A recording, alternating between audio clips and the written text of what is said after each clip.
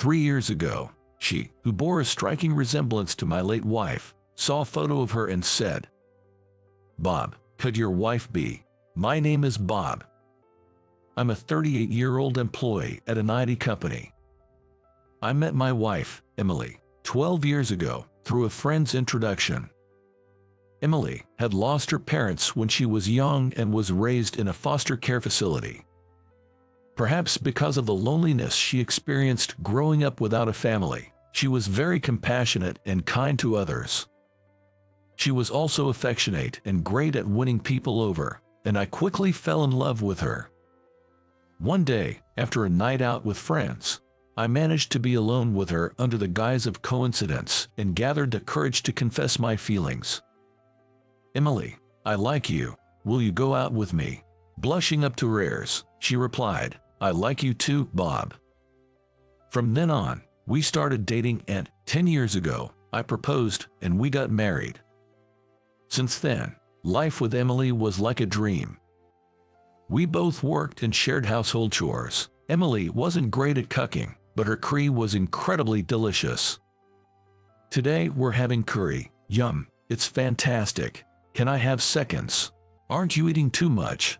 But it's so good. I cook sometimes too, and she would exaggeratedly praise how delicious it was. On weekends, we would clean the house together, go shopping, and then rent our favorite movies to watch. The last scene was amazing. Yeah, it really moved me. Emily and I shared a love for the same movies and got along well. Although we struggled to have children, we were a happy couple living contentedly. Our happiness was shattered on a swelteringly hot summer day 3 years ago. Emily, who worked in sales for an insurance company, was out on her rounds that day. While crossing at a green light, a drunk driver in a truck plowed into her at high speed, and she passed away.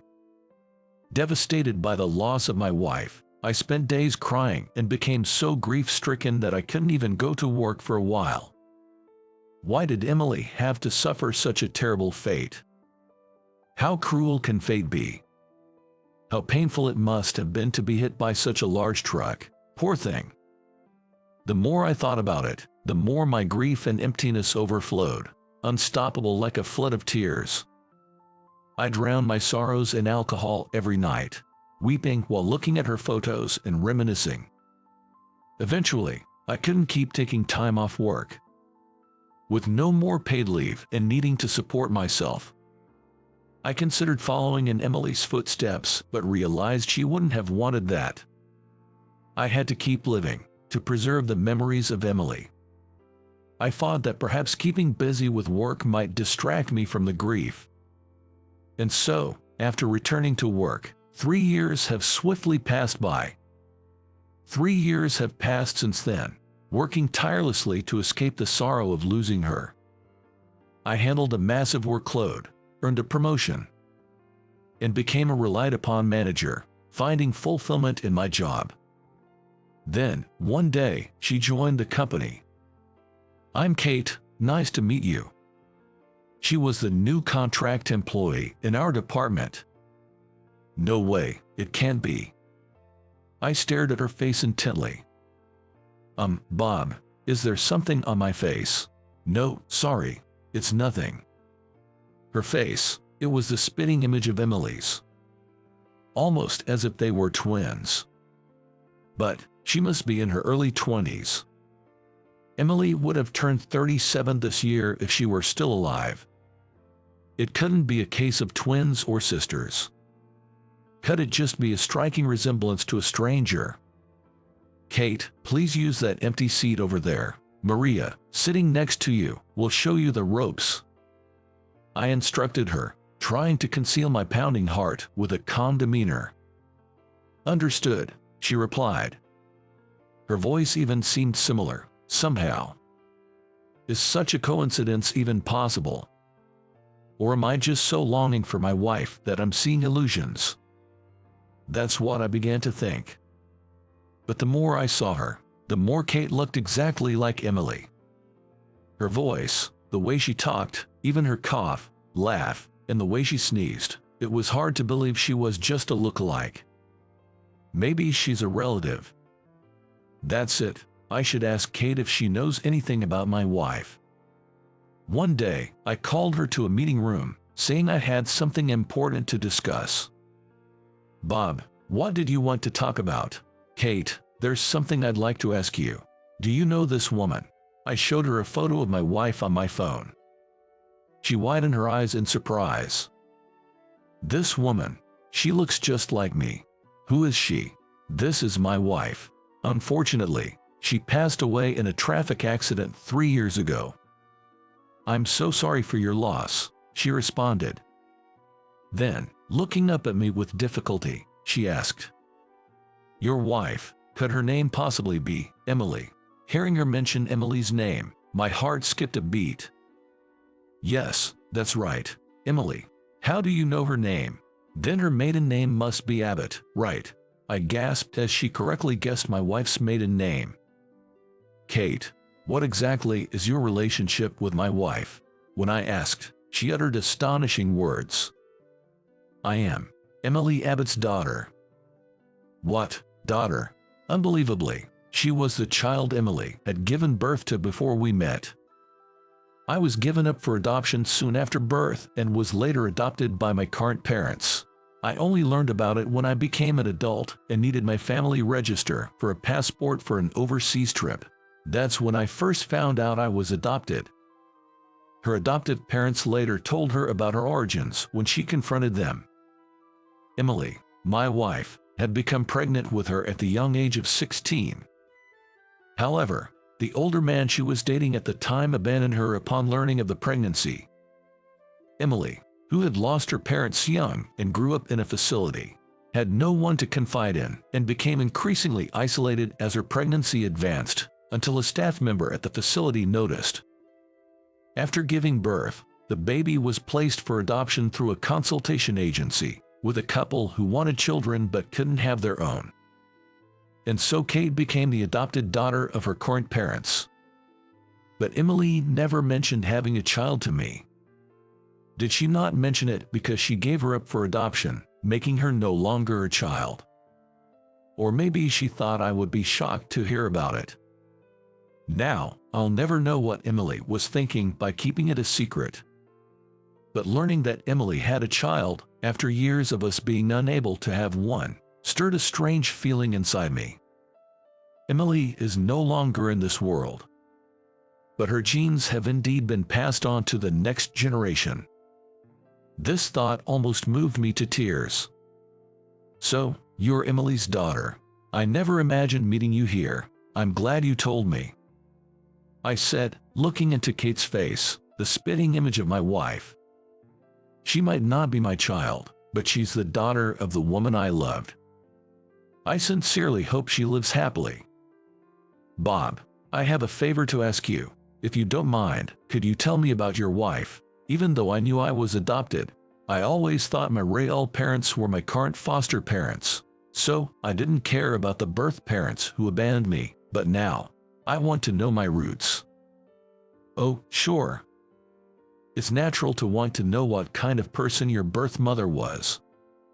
I took her out to dinner that night, and we talked about the many memories I had with my wife. I told her about my wife's hobbies, such as movies and her favorite dishes, as well as details about her upbringing, the environment in which she grew up, the words she often spoke, the books she read, and so on. She listened with great interest. Actually, I like movies too, and I always watch 2 a week. She said, I like that movie too. What a coincidence.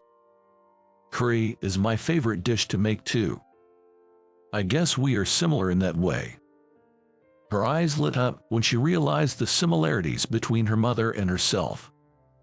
Later that day, I was asked by her to show her around my wife's grave.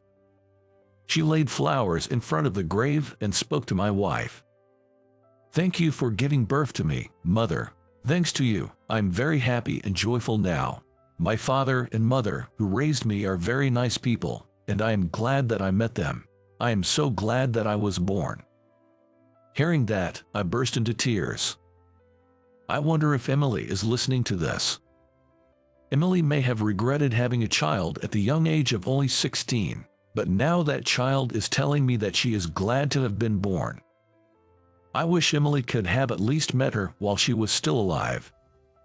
From now on, I want to support her because I couldn't do so initially. But right now, she and I are just boss and subordinate. I want to be a good boss for her at least. I hope I can be a support for her in my work as a boss. With this in mind, I became more enthusiastic about my work from the next day. It was then. Suddenly, a shocking scene caught my eye. "Kate, can I have a word?" "Yes, Max, may I help you?" Kate is called by Max, the department manager, and goes to the side of the desk. Max showed Kate the documents and, to my surprise, quickly patted her buttocks while giving her work instructions. She says, "What are you doing? Stop it, Max." When Kate resisted with a stifled voice, he said, "What are you talking about?" Max acted as if nothing had happened. I stood up hurriedly. "Max, I sigh too. Where are you touching?" "What? I didn't do anything." "You're not getting away with this. I'm going to report this to HR." "What? You dare to oppose me, your boss, in the name of your subordinate? I don't care what happens to you." Max was furious. I was prepared for the possibility that I might be told something or other and be fired. But when Kate and I went to consult with the personnel department together, Max was given a stern warning later that day. Furthermore, he was transferred to another department. Oh, thank goodness. Thank you so much for covering for me. I was in trouble because Max was persistent. According to Kate's story, Max had persistently invited her to dinner and even threatened to fire her if she refused. I'm so glad he got transferred. And by the way, you should have talked to me about it earlier. I'm sorry. I thought I might cause trouble to you. From now on, don't hesitate to consult me about anything. When I said that, Kate smiled happily. Thank you. At that moment, I thought, I want to protect this smile. Though I can't be her father, I want to do everything I can for her. After that, I recommended her for a full-time position, advocating to the senior management and HR. Thanks to that, Kate was successfully hired as a permanent employee of our company. This meant I could continue to watch over her closely. Relieved by this thought, I felt at ease. 2 years later, Kate got married to a male colleague she met at a company social gathering. Of course, as her boss, I attended the wedding. She looked stunningly beautiful in her bridal gown. The entertainment at the reception included a movie showing her childhood photos, which was deeply touching. When she came to my table during the candle service, I said, "Congratulations, be happy," and she tearfully replied, "Thank you, Bob. You're like a second father to me. Please keep watching over me." Of course, hearing those words, I struggled to hold back tears of joy. I wondered if Emily in heaven could see her. See her looking so happy in her bridal splendor. "Tom, please take good care of Kate." I lightly patted the groom, Tom, on the shoulder. Of course, I will definitely make her happy. Tom, the groom, was a bright and energetic young man. He was competent at work and well regarded, so I felt at ease entrusting Kate to him. I also gave a speech as her boss. I talked about her hard-working and diligent nature, sharing various anecdotes, and took a photo with her. This photo would become a lifelong treasure. I even showed it to Emily's memorial altar. About a year later, Kate had a baby, and she sent me a photo of the tiny infant with a bright red face. Emily's grandchild. I felt as happy as if my own grandchild was born. Emily, your daughter is now a wonderful mother. I spoke to the photo of my wife, as usual. Let's keep watching over them, ensuring their family remains happy forever. Saying that, I felt as if my wife smiled gently back.